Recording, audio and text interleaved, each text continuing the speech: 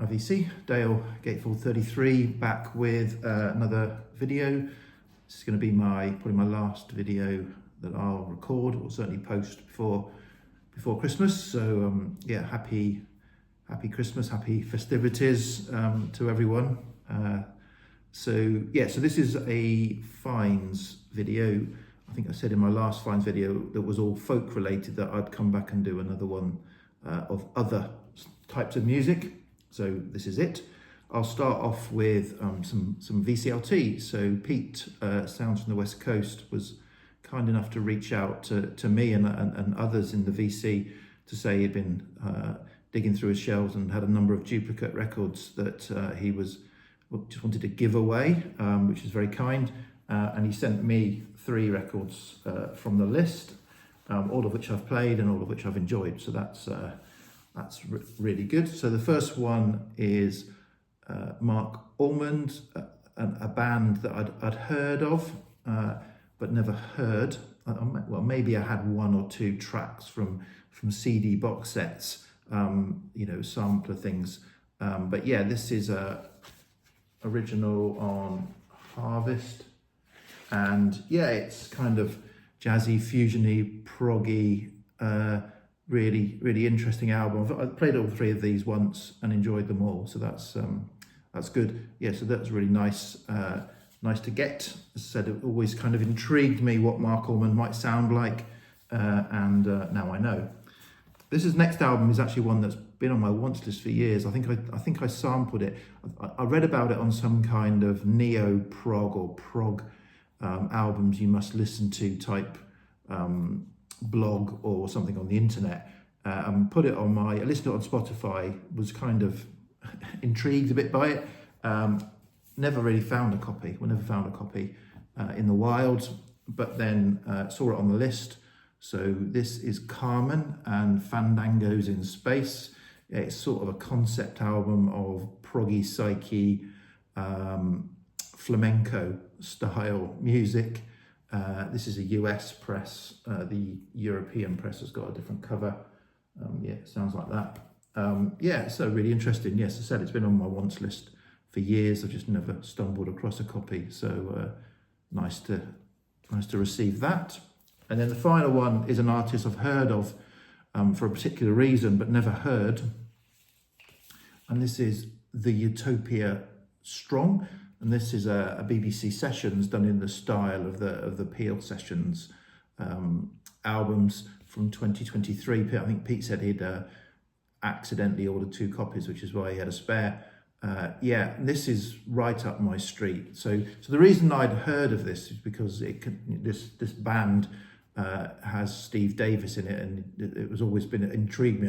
Steve Davis, famous in the UK or perhaps worldwide as being a multi-world snooker champion, and called Steve, interesting Davis, and always kind of the mickey taken out of him for being quite a boring, monotonous, focused on his snooker, but apparently he's a real music nut in sort of psych and prog. And so I read about that years ago and but never sort of only recently knew that he actually performed as well.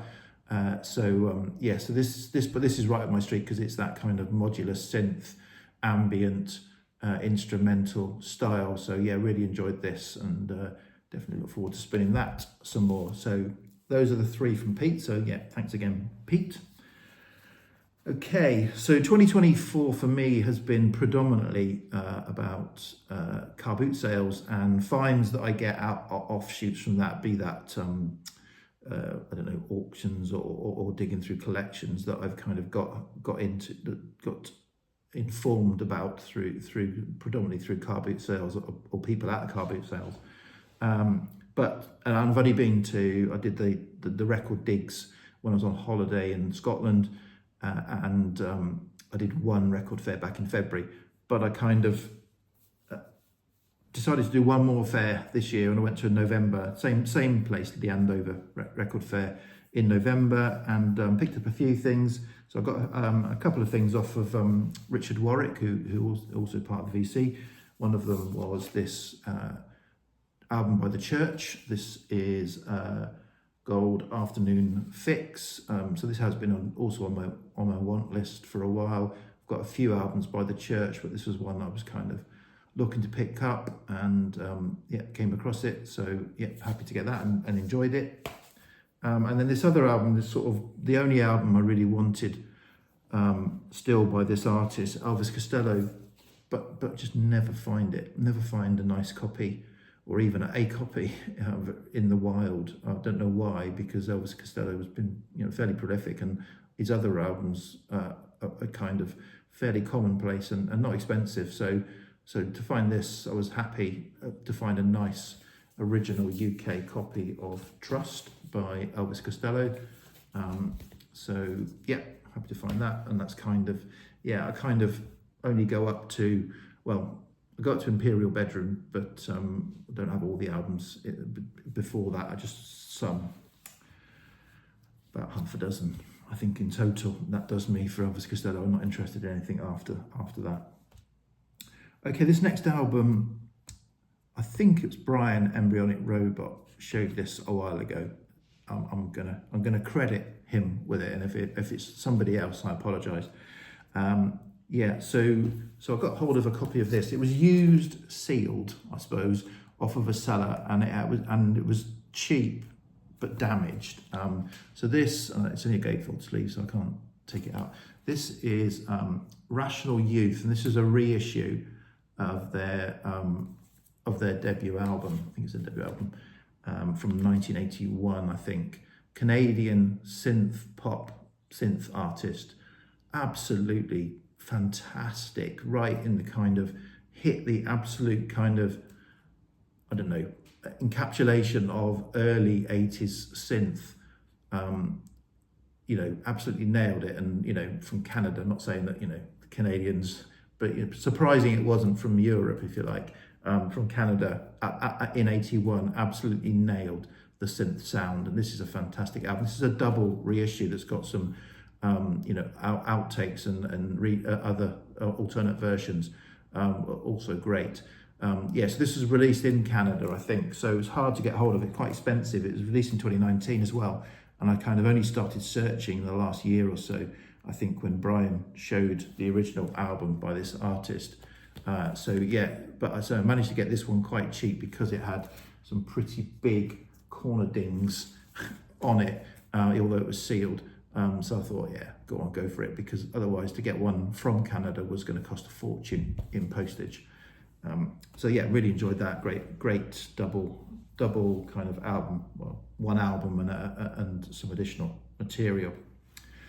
Okay, this next one was part of a batch of records I bought off of eBay. So I follow Fruits de Mer label, have done for years, and one of the big artists on that label is Selica, and Pete Bingham is the sort of lead guitarist and a kind of main man in Selica, or a leading man in Selica, a sort of neo-psych instrumental, heavy psych artists, and he also pulls together a lot of most of the Fruits de Mer meetups and festival type things. Unfortunately, he's been very poorly, unable to perform, unable to work, and sort of needs obviously money to live, and so he's been auctioning off stuff on eBay. And so I thought I'd just pull together some stuff to kind of give him some money. And part of the package was, so to say, it was a bit random stuff that I bought, really, but part of it was this album, which is quite a rare album. This is the Walker Brothers Night Flights. So yeah, nice original pressing of this album, which I've an album I've read about but never heard, and I'm a fan of Scott Walker. So this, and I put it on and I listened to it and I thought, yeah, this is really good, and then kind of first 4 tracks, yeah, really good, and then clunk. It gets into, what this is I think it's 12 tracks. I think it's 12 tracks, but certainly it's 4 tracks by Scott Walker, then 4 tracks, and I should have checked out 4 tracks by one of the other members, and then 4 tracks by the final member. And the tracks by the other members are not great, or certainly I'm going to need to give them some more attention to decide whether they're great. So because it goes like 4 Scott tracks, 4 other tracks, 4 other tracks, it really kind of stands out. So yeah, this was interesting, and you know, really loved the Scott Walker tracks. Not sure about the other ones. Obviously need to give them some attention, but yeah, so interesting, but great to pick up. And as I said, I was mainly doing it to show some support. Okay, next 2 records are from car boot sale. So there's a seller at the car boot sale. They're you know, proper record. They sell records and books and cassettes and CDs, sorry, music, and they do it as that's their, you know, they're sort of professional sellers, if you like, and they have a stall. Their records are always, in my view, way overpriced and way overgraded. But I've bought from them previously before they kind of went professional, if you like, and done it right. So I always try and have a look, and I always try and find something, and they'll normally do me records at half price. But what I find is, even at half price, they're overpriced. You know, there was, you know, Fleetwood Mac Rumours is £50, you know, things like that. So even, you know, at £25 is still overpriced. But I did manage to get a couple of nice finds from them. So this is the Monks and Black Monk Time. So I've been familiar with this album for years. I borrowed a CD copy from the library years and years ago when I used to borrow CDs and rip them to my hard drive. So I've got a digital version of this. So this, you know, probably needs no introduction, but this is a 60s. Are they Sons of Servicemen or Servicemen in Germany? I think it was, and put out this garage rock album. And yeah, this is a reissue, and of this sort of, I think, the 2010s, something like that. It's not too old, but yeah, this is a great album. So it was good to pick up a nice, you know, vinyl copy, albeit a reissue. You're not going to find originals, I don't think, of this very easily, of Black Monk Time. And then this is probably one of my favourite albums of the year. This is my first Robin Hitchcock album on vinyl. I had a couple of his albums that I'd ripped from CDs I borrowed from the library years and years ago. I was familiar with him, and I've been after the Soft Boys albums, been on the lookout for that, but never seen it. So to find a Robin Hitchcock album in the wild, in the car boot sale stall, I was happy with that. And this is brilliant. I really enjoyed it. This is Robin Hitchcock and the Egyptians, A Globe of Frogs. Not sure when's it from. 88. Yeah, I'll be definitely looking out for more Robin Hitchcock if I come across it. I was already familiar with him. I knew the style of this neo-psych, very kind of Syd Barrett influenced. Yeah, quite wacky, but this is just fantastic. So yeah, really enjoyed picking this up. And then finally, in my last video, I talked about the box of folk records that, you know, somebody else got to first, but just kind of left everything behind. And I managed to pick up some nice folk and folk related finds. Well, there was just one non-folk record in there that also got left behind, which I was amazed that it got left behind. And this is another album that's been on my wants list for ages. I had an original in my hands a couple of years ago, 2 or 3 years ago, but it wasn't in the great condition and it was quite expensive, so I left it behind. This is not an original. This is the original album came out in 76. This is an 86, so it must be a 10th anniversary reissue. But yeah, to find, you know, this was left behind by the person in front of me at 50 pence. So a 1986 press of The Modern Lovers. So yeah, I was really happy to find this. As I said, this has been on my wants list, but I've never come across you know, a copy or a decent copy, or, you know, once in umpteen years. So yeah, really enjoying this as well. So so glad that was missed. And so that's it. 10 records, 10 great finds, or 7 great finds and some great VCLT. So yeah, so have a good one, everyone, and I'll probably be back after Christmas sometime. Cheers, VC. Thanks. Bye.